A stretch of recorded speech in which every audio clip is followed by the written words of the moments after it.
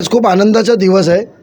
मी सर्वप्रथम पूर्ण मंत्रिमंडळाचे, विशेषतः माननीय मुख्यमंत्री एकनाथजी शिंदे साहेबांचे, उपमुख्यमंत्री देवेंद्र फडणवीस साहेबांचे आणि ज्यांनी पाठपुरावा करून आग्रहाने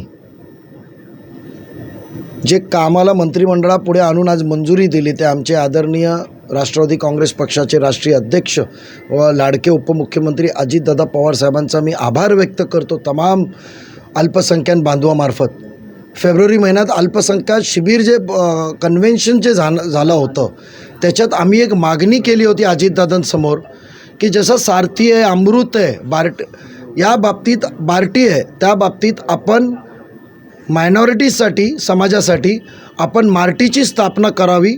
तसा प्रकारचा ठराव राष्ट्रवादी काँग्रेस पक्षाचे अल्पसंख्यांचा मेळाव्यात घेण्यात आला होतं आणि आज ते ठरावाचा अंमलबजावणी शासकीय स्वरूपात आपल्याला दिसते। अल्पसंख्याक संशोधन व प्रशिक्षण संस्थेची स्थापना झालेली आहे। याच्यातील जे वर्षानुवर्ष जी मागणी अल्पसंख्याक समाजाची होती का, त्या बाबतीत आपण आज दादांनी, मंत्रिमंडळांनी 6.5 कोटी रुपयाची तरतूद व 11 पदांची पण मंजुरी दिली। फक्त नावापुरती करायचं नाही।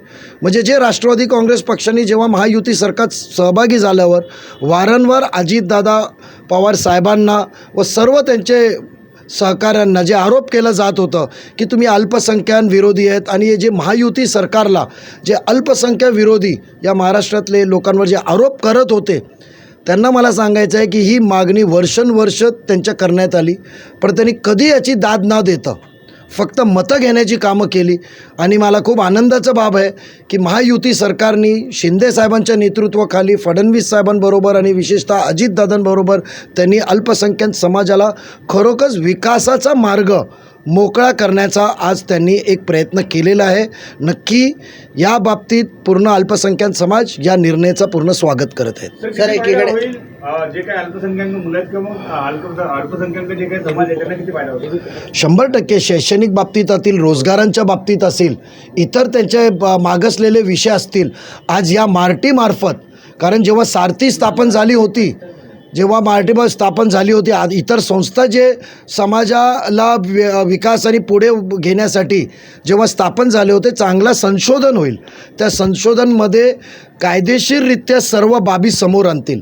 आजपर्यंत अल्पसंख्याक समाजाने मागणी करत आलेलं, पण त्याला कुठे पाठपुरावा नव्हता, त्याला कुठे वेटेज घेत जात नव्हता, पण आज त्याला वेटेज भेटेल आणि एक शासकीय स्वरूप त्याला भेटेल। आणि नक्की या आपला मायनॉरिटीची जे संशोधन व प्रशिक्षण संस्थेमार्फत नक्की अल्पसंख्याक समाजाचा विकास होईल, शैक्षणिक विकास होईल, रोजगारांच्या बाबतीत त्यांना संधी भेटतील आणि इथं मागासलेले त्या समाजाचे विषय जे वर्षानुवर्ष ते मागत होते, ते आज त्याचा मार्ग मोकळा झालेला आहे। सर, एकीकडे बघायचं झालं तर लोकसभा, आम्ही आधीच सांगितलं आहे, जे आम्हाला बदनाम करण्याचा जे काटस्थान करतायत की भाजप मुस्लिम विरोधी, आम्ही काही मागील दिवसात तेच सर्व नेते जे राष्ट्रवादीचे तुतारीचे असतील किंवा इतर असतील, ते भाजपचे स्वतःच्या स्वार्थासाठी कशी मदत घेतली वर्षानुवर्ष, हे आपल्यासमोर आम्ही आणलं आहे। अल्पसंख्याक समाजाचा खरोखर विकास व्हावा म्हणून महायुती सरकारने अल्पसंख्याक कमिशनरेटची स्थापना केली।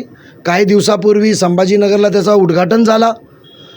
त्याच्यात त्यांनी 30 कोटीचा निधी जो अल्पसंख्याक समाजाचा जो मौलाना आझाद मायनॉरिटी याचा होता, फायनान्शियल बोर्डचा होता, त्याला 500 कोटीपर्यंत घेऊन गेले। निधी 1000 कोटी दिलेला आहे। तर या बाबतीत वेगवेगळे निर्णय अल्पसंख्याक समाजाने दिलेले आहेत।